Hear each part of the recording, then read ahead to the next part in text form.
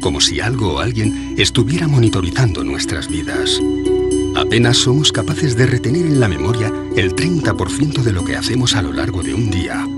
Pero, ¿y si escarbásemos en nuestros recuerdos y encontrásemos momentos que no deberían estar ahí?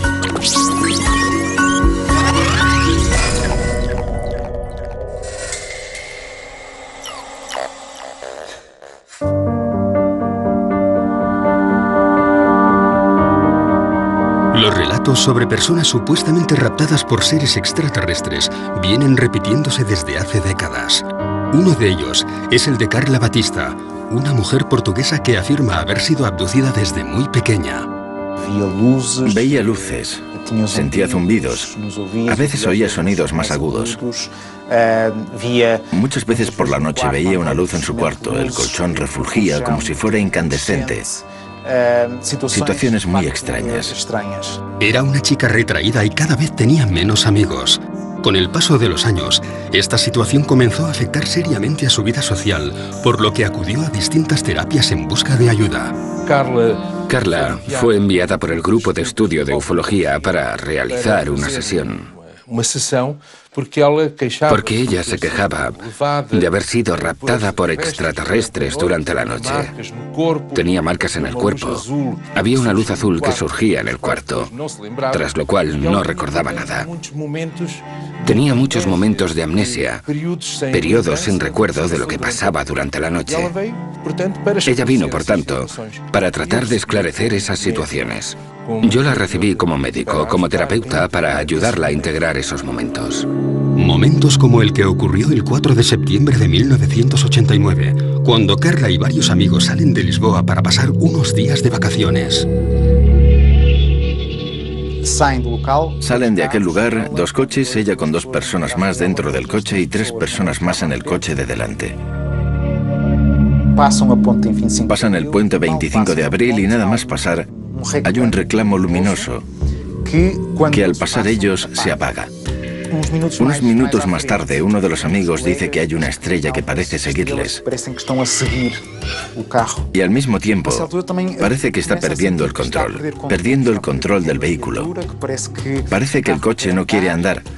Parece que el coche se estuviera levantando. A ella incluso le cuesta respirar. Quiere que el coche que va delante se detenga. Quiere salir de allí.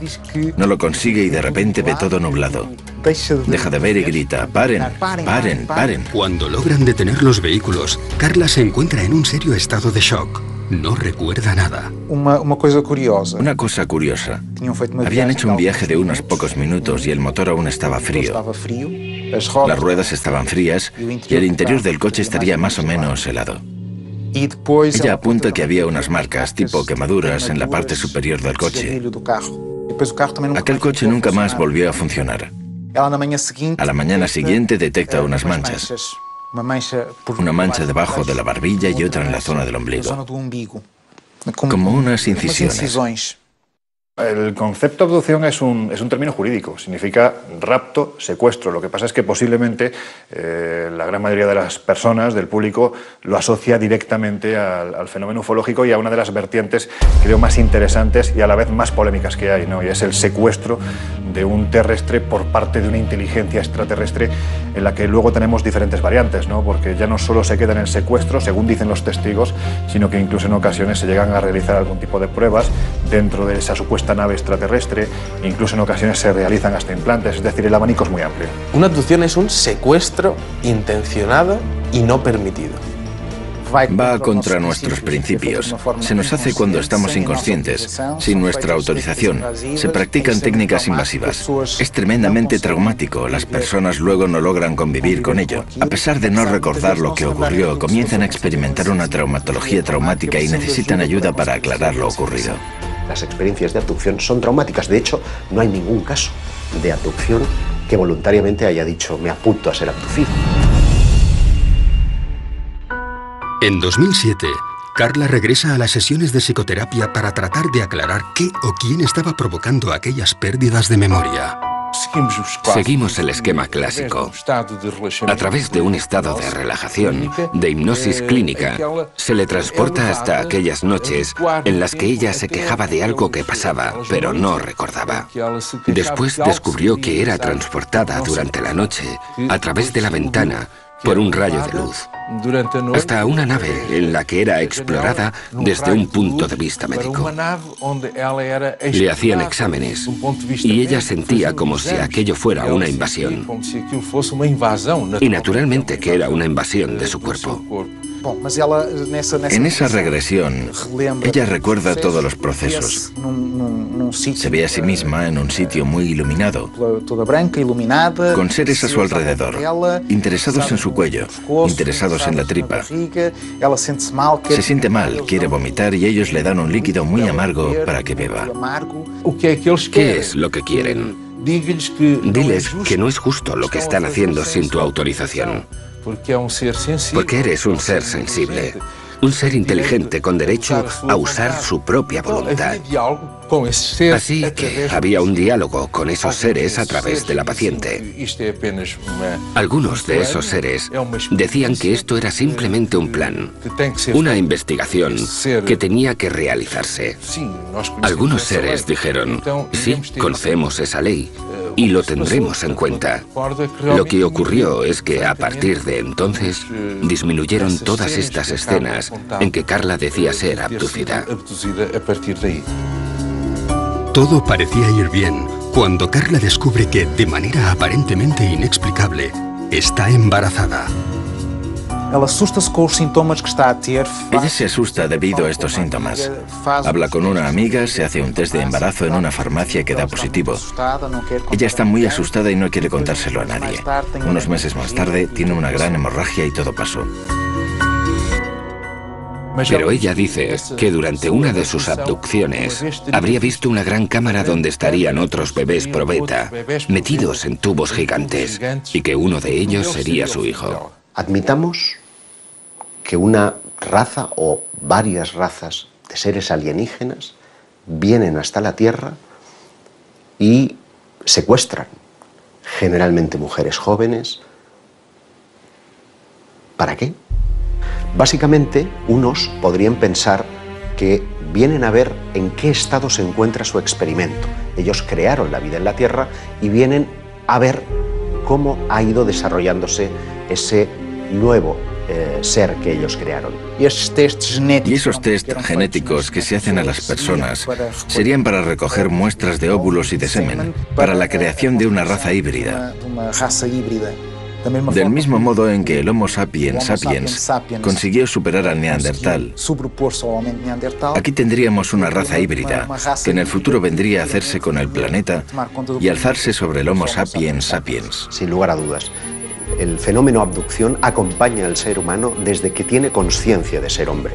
Y esto es sorprendente porque revela que estamos siendo tutelados por una especie de inteligencia. No sabemos si extraterrestre o extradimensional, pero en cualquier caso ajena a nuestra propia conciencia y que nos ayuda a modelar nuestras creencias desde la noche de los tiempos. De hecho, eso vendría a explicar el porqué de esa pieza que falta en lo que es la evolución del hombre, que es el eslabón perdido, ¿no? Es decir, hay un momento en el que hay un salto cuantitativo, cualitativo tan enorme que hay quien piensa que algo tuvo que ocurrir, y dentro de ese algo tuvo que ocurrir caben muchas posibilidades. Una de ellas es que genéticamente fuéramos manipulados por unas inteligencias que están fuera de este planeta. La segunda hipótesis, igualmente inquietante, es la posibilidad de que necesiten de nosotros y vengan a recoger especímenes de la Tierra para crear una raza híbrida que sea necesario en ambos planetas, en el suyo de origen y en el planeta Tierra. Muchas de las mujeres dicen que tras haberles sido retirados los óvulos meses más tarde, se les presenta a estos bebés como si fueran hijos suyos. Muchas de ellas hablan de unos compartimentos grandes donde estaban depositados estos bebés, a donde se les acompañaba y se les mostraba: este es el tuyo. Y los extraterrestres querían que les enseñaran cómo transmitirles amor, cómo crear este enlace emocional, ya que estos nuevos seres tendrían ausencia de emociones. Ya en la década de los 70, el prestigioso investigador Joseph Allen Hynek creó la terminología que hoy es utilizada por la mayoría de los investigadores del fenómeno ovni. En ella se establecen 4 tipos de contacto. Los encuentros del primer tipo estarían aludiendo a luces lejanas en el firmamento. Los encuentros del segundo tipo es cuando ese objeto se presenta ya como algo coherente, como una nave. Los del tercer tipo son aquellos en los que el ovni ya está aterrizado, incluso muestra una cierta interacción con el terreno. Se pueden ver humanoides a su alrededor, cogiendo muestras o tomando algún tipo de medida en el entorno. Y finalmente están los encuentros del cuarto tipo, que nos entran en la dimensión más psíquica del fenómeno ovni. Es el fenómeno abducción. En 1961, Barney y Betty, un matrimonio de New Hampshire, observan una luz en mitad de la noche. Viajaban en coche, de regreso de sus vacaciones en Canadá. Barney coge unos prismáticos de la guantera, mira esa luz, comenta con Betty si se trata de un ovni, si es cualquier otra cosa, siguen la ruta y unas curvas más adelante ese objeto se ha vuelto una luz cegadora que está posada en medio de la carretera con un ser de piel azulada que les está invitando a pasar. Barney queda aterrorizado. De hecho, las punteras de sus pies estaban desgastados porque literalmente fue arrastrado hasta el interior de la nave.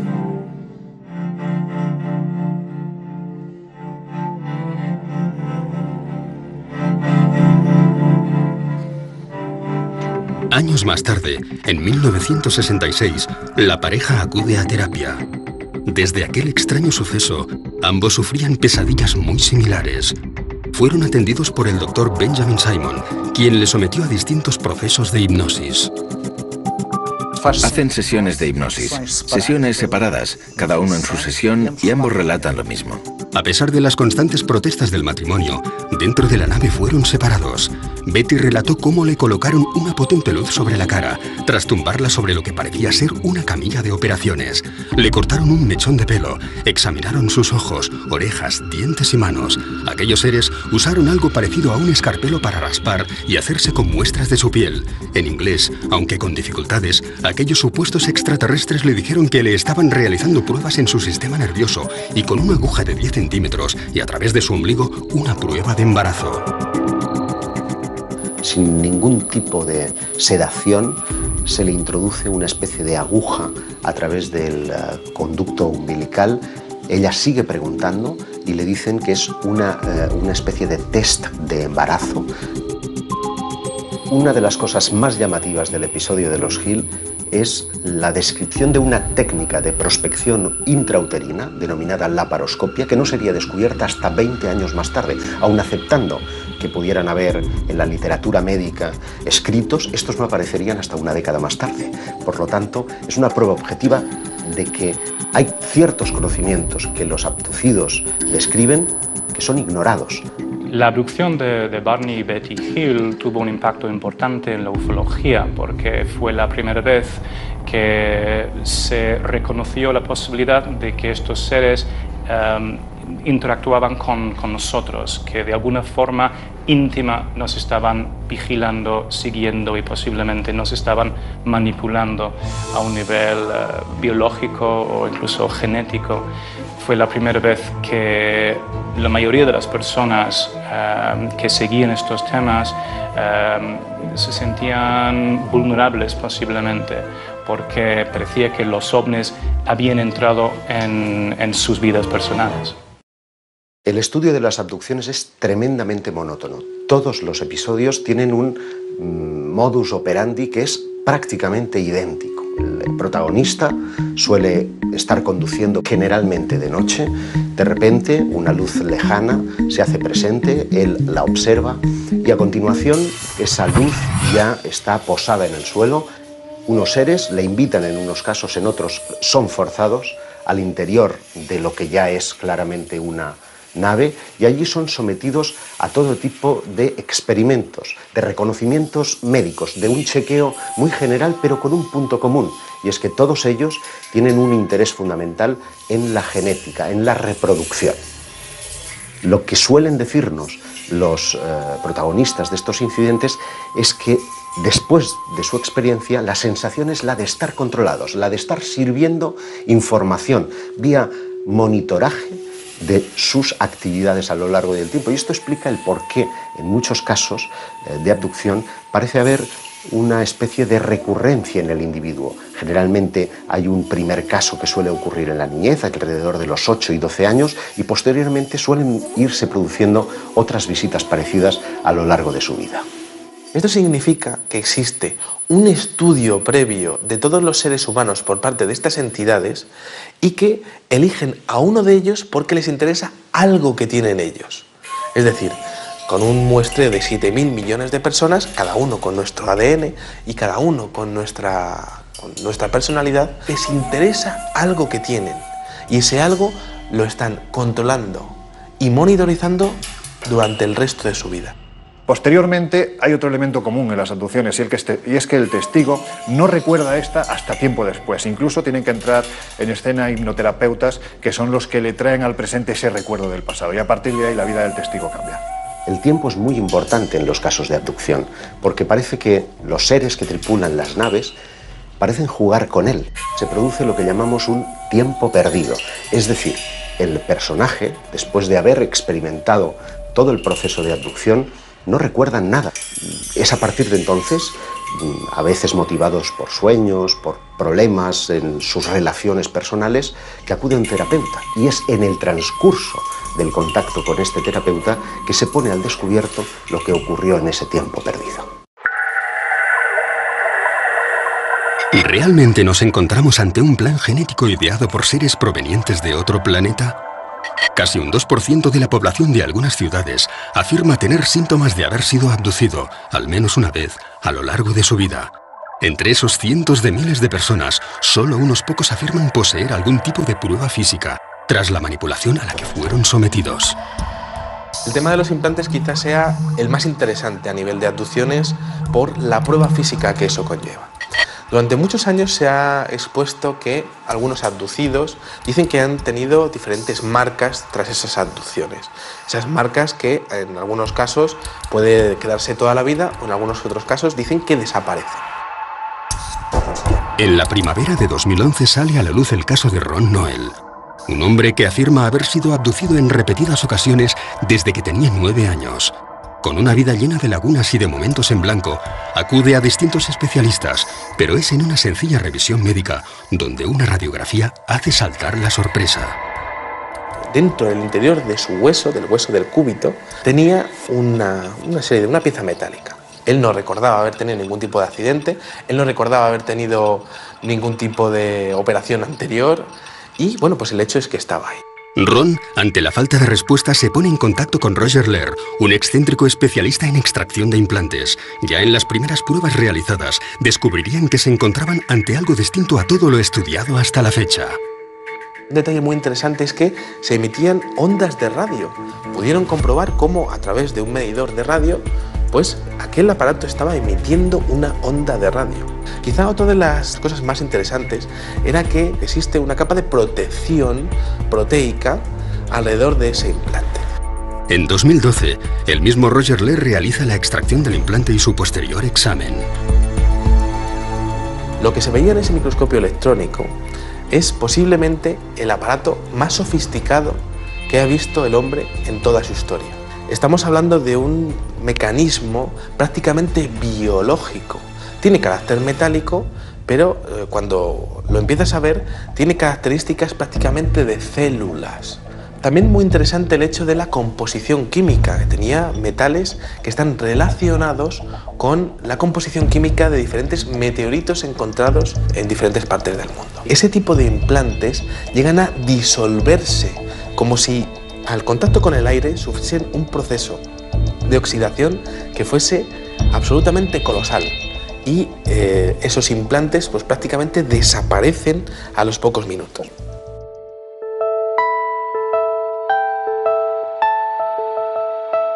Cuando estamos hablando del fenómeno de las abducciones, estamos hablando prácticamente del fenómeno de la monitorización. ¿Qué significa eso? Pues al igual que nosotros cuando cogemos a una tortuga y le ponemos un chip de localización, este tipo de abducciones es posible que estén relacionados con el control total del individuo, tanto en su localización como en sus funciones vitales a través de estos implantes. También nosotros hacemos eso a los animales salvajes. Les ponemos unos chips, intentamos verificar su hábitat, si están bien, intentamos controlar todo eso. Nosotros hacemos eso a los animales. ¿Por qué no pensar que otros estén haciendo lo mismo con nosotros? Todos ellos son fértiles, todos ellos son jóvenes, todos ellos tienen un coeficiente intelectual por encima de la media. Por lo tanto, parecen estar escogiendo especímenes de la raza humana muy especiales. Y creo que el futuro para los investigadores es poder trazar un perfil psicológico de todas las personas abducidas en el mundo y que se demuestre que hayan sido abducidas, y quizá también un perfil genético de salud para ver si existe algún tipo de conexión entre ellos que sea la clave para saber qué es lo que están buscando estas entidades. Un aspecto bastante negativo dentro de las abducciones. Las mutilaciones. Comenzaron a aparecer casos en los años 70 y 80 de mutilaciones. Mutilaciones concretamente de ganado. Las vacas aparecían con cortes quirúrgicos, ausencia de sangre en el cuerpo y ausencia de sangre en el terreno alrededor del animal. Cortes quirúrgicos, extracción de órganos concretos. Eran retirados unos y dejados otros. Se les sacaba a los ojos, partes del maxilar, orejas, todo de forma quirúrgica. Los cortes que aparecían en la piel de estos animales daban la impresión de haber sido hechos con un material abrasivo, tipo láser, no identificado, y que todo el proceso habría sido realizado en un breve espacio de tiempo. Pero además de los animales, y esto es un fenómeno que ocurre, también hay casos de mutilación en humanos. Y ese es un aspecto que los investigadores, cuando comenzaron a prestar oído a estos relatos, creyeron que era tan brutal que ellos mismos no quisieron mostrar al público. Podría crear pánico. Incluso algunas autoridades con las que hablaron los investigadores no quisieron mover mucho el tema. No podían explicarlo, pero tampoco podían alertar a la población. Por tanto, esto nos da la idea de que podría haber por ahí alguna especie con no tan buenas intenciones, digámoslo así.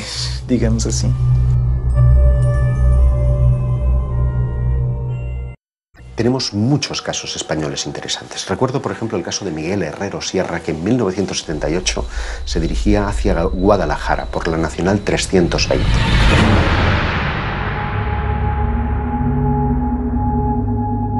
Su vehículo comienza a comportarse de forma extraña. Fallan los sistemas electrónicos y la radio. Se detiene y decide salir en busca de ayuda. A medio camino se encuentra un individuo que podría pasar por un ser humano normal y corriente, porque el único rasgo distintivo que le hacía especial es que iba con un mono ajustado con un círculo rojo. Él pensó que era un mecánico. El caso es que este hombre le convence para que le siga, le lleva a un claro en el bosque, en donde encuentra una nave posada, dice que tiene forma de sombrero, que está a unos 10 metros por encima del terreno y que deja caer un rayo de luz hacia la superficie del terreno. Miguel se ve inmerso en un haz de luz que lo transporta hasta el interior de lo que parece ser una nave espacial. Dice que la estancia es extraordinariamente grande, que las paredes parecen como desdibujarse, como si se desmaterializaran en un momento determinado, pero en otras vuelven a materializarse, que hay como paneles con datos. El relato vuelve a coincidir con casi todos los casos de abducción, cuando Miguel es sometido a varios ensayos clínicos. Pero al incorporarse, se encuentra algo difícilmente explicable.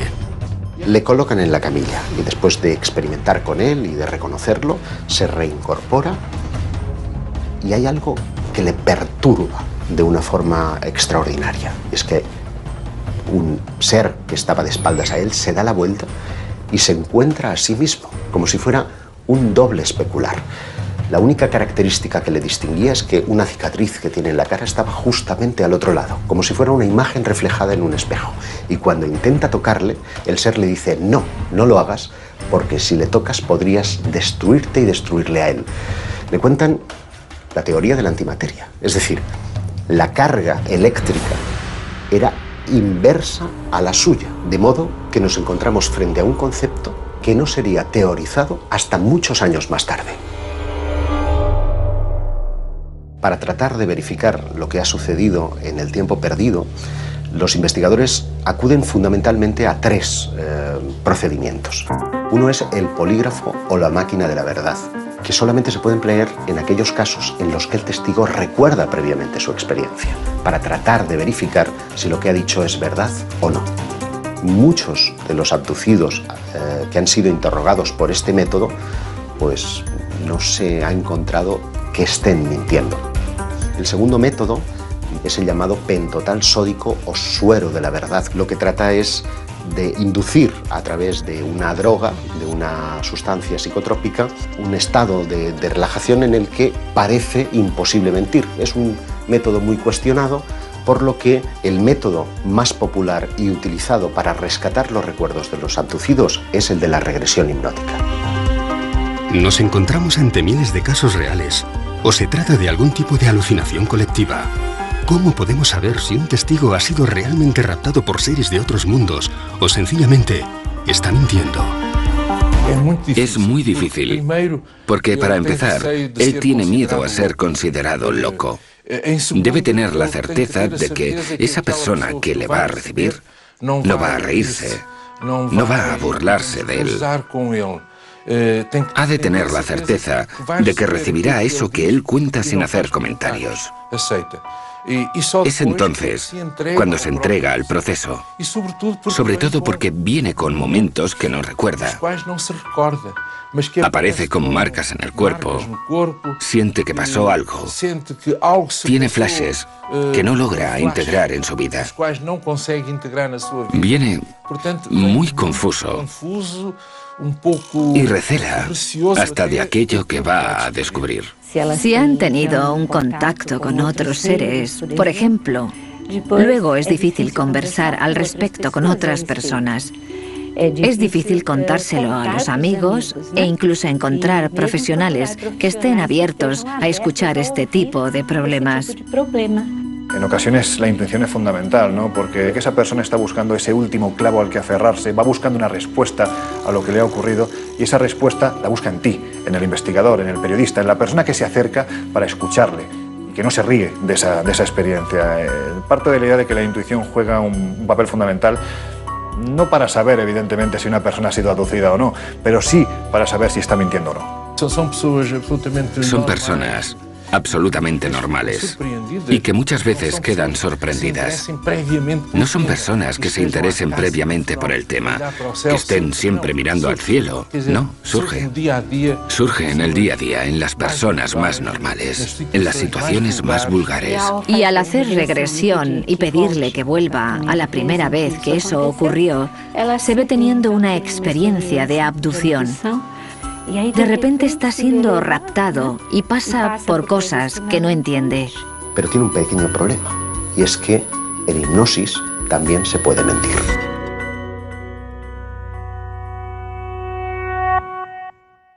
Todos los interrogantes y todas las teorías que surgen del fenómeno abducción tienen un mismo punto de partida: espacios de tiempo en blanco, minutos, días, semanas, meses o años que las víctimas aseguran ser incapaces de recordar. Nosotros tenemos estrategias para acceder a memorias profundas de nuestro inconsciente. Solo que intentamos no influenciar de ninguna manera en lo ocurrido. Decimos, por ejemplo, ve hasta la noche del 23 o 24 de julio. Intenta entender qué ocurrió. Describe qué es lo que ocurrió. Mira a tu derecha, mira a tu izquierda. ¿Cuándo sentiste eso? ¿Fue cuando estaba en la mesa de operaciones, por ejemplo? Sometido a una anestesia, en un ambiente totalmente inhóspito. Muchas veces también identificamos experiencias con otros seres, de contacto con otros seres que no forman parte del mundo manifiesto tal y como lo conocemos en nuestra consciencia. Eso sí, puedo asegurar que es una experiencia de gran intensidad, de catarsis, de dolor. Cuando hay lugar para ello, de alegría. Cuando hay casos para ello, de miedo, de terror. Todo es vivido con mucha intensidad. El corazón late más deprisa, las manos transpiran. Cuando el testigo, la persona en este caso que ha sido víctima de una supuesta abducción, empieza a hablar, yo parto de la idea de que el primer sorprendido es precisamente el psiquiatra o el hipnoterapeuta que está llevando a cabo esta experiencia, porque lo que le están contando aparentemente no se corresponde con una persona ni que esté loca, ni que tenga algún problema mental, ni que esté mintiendo, ni que esté fabulando. Aparentemente hay algo real, y esto suele salir a través de los procesos de hipnoterapia. Esto debería ser estudiado. Intentar percibir qué hay detrás.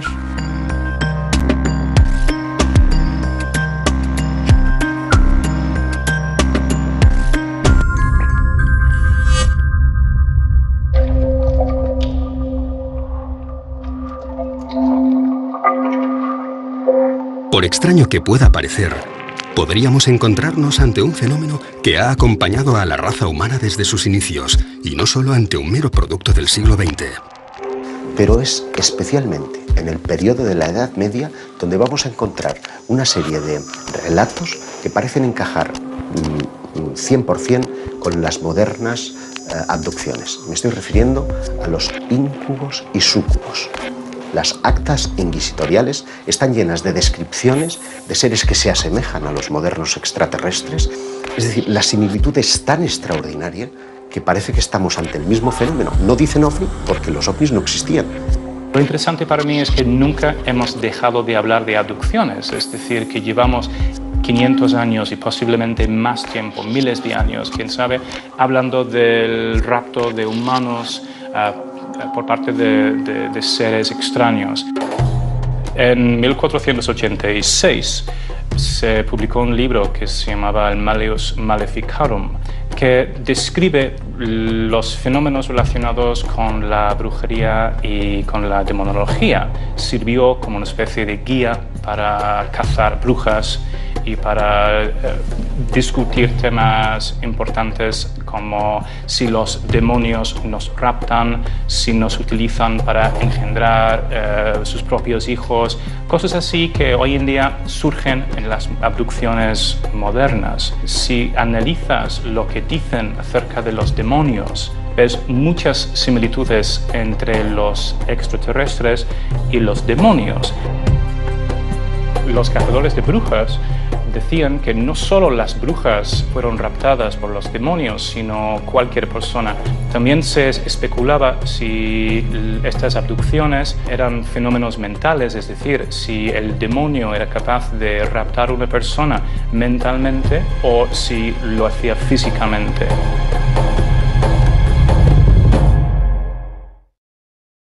Llegaron a 4 conclusiones. Primero, que a veces las abducciones de personas en el siglo XV eran fenómenos físicos y a veces fenómenos puramente mentales. También concluyeron que no había ninguna forma de predecir exactamente quién sería raptado por los demonios. También que estas abducciones podían ocurrir de forma visible o invisible, y también llegaron a la conclusión de que muchas personas son secuestradas contra su voluntad. Otras características de los demonios, según apuntaron los autores del Malleus Maleficarum, eran que cuando comunicaban no se les veía mover las bocas, es decir, que parecían comunicar de una forma misteriosa. Creían que el sonido les salía desde dentro sin tener que pasar por la boca. Esto se puede comparar con los seres extraterrestres que se supone que comunican de forma telepática. No existía la palabra telepatía en el siglo XV. En las abducciones actuales se habla de cómo los extraterrestres pueden crear una especie de visión o panorama para que los testigos se confundan, no saben exactamente lo que está pasando. Los demonios hacían exactamente lo mismo y creaban visiones en la mente de los testigos para convencerles de que realmente no estaban en una reunión de diablos, sino que se encontraban en casa o en un sitio bastante idílico. Los seres sobrenaturales en el folclore y también en la demonología tienen cierta obsesión por las actividades sexuales de los humanos y también con la posibilidad de crear una especie de híbrido entre ellos y los humanos. Los diablos parecían sacar semen a los humanos y transportarlos de alguna manera y crear otros seres utilizando este producto. Y a veces incluso embarazos que terminaban de una forma bastante misteriosa y desaparecían de repente. Evidentemente, con el paso de los siglos, la vida es otra, el entorno es otro, la tecnología es otra, y lo que antes identificábamos como dioses o demonios, ahora identificamos con extraterrestres. Ante el reto que suponen los viajes interestelares, algunos investigadores han sugerido si ellos, esos seres que llamamos extraterrestres, no estarían en realidad ya en nuestro mundo, desde la más remota antigüedad, que se hubieran quedado. Dentro de esa teoría prospera una que tiene que ver con el mundo intraterrestre. En 1985, Xavier Claret, fotógrafo profesional, sube al Monte del Montseny en Cataluña para cubrir un reportaje sobre el dolmen de Valgorguina. Sin saber cómo, se ve rodeado por una densa niebla. Cuando se estaba aproximando al dolmen, siente un olor fétido, como a huevos podridos, y pierde el conocimiento. Según el relato de Xavier, parece como si fuese arrastrado por algo o por un grupo de personas hasta el interior de una cueva. Y es curioso porque cuando lo recobra, a su alrededor hay unos seres de aspecto monstruoso, con la piel viscosa, que están colocando un líquido ámbar en su piel. Y uno de ellos parece estar manipulando el dispositivo de cámara. De modo que lo que nos lega son dos polémicas fotografías que muestran planos muy desenfocados de lo que en apariencia son las manos de estos seres intraterrestres y una cabeza distorsionada. El relato es 100% real. Xavier fue sometido a regresión hipnótica, fue sometido al polígrafo y a la prueba del pentotal. Él describe a los seres de 1,20 m aproximadamente, como con carnes muy flácidas, muy viscosos y de aspecto monstruoso, y además con un olor verdaderamente fétido. El rostro parece tener como una especie como de antenas o algo parecido, con unas orejas como muy caídas, muy viscosas, y lo que son los ojos son prácticamente como dos botones estirados en el rostro. Seres verdaderamente monstruosos.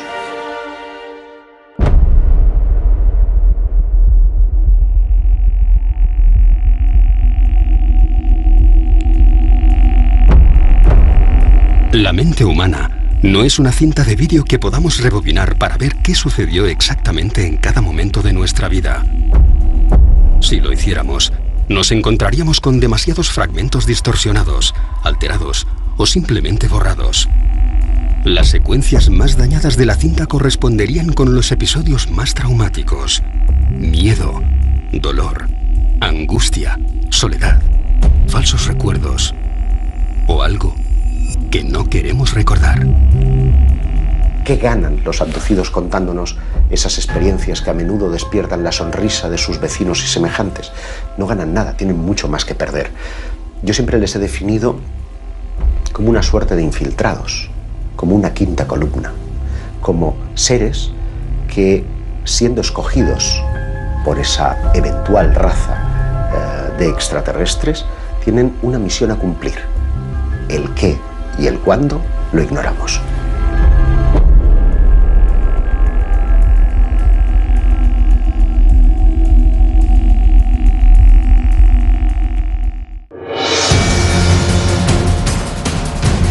Lo hemos llamado posesión demoníaca, enfermedad, rapto, Pero el fenómeno abducción podría habernos acompañado desde hace siglos. Para algunos, nos encontramos ante un plan genético trazado por una inteligencia extraterrestre, en el que la raza humana seríamos simples cobayas. Para otros, esas mismas entidades habrían sido nuestros creadores.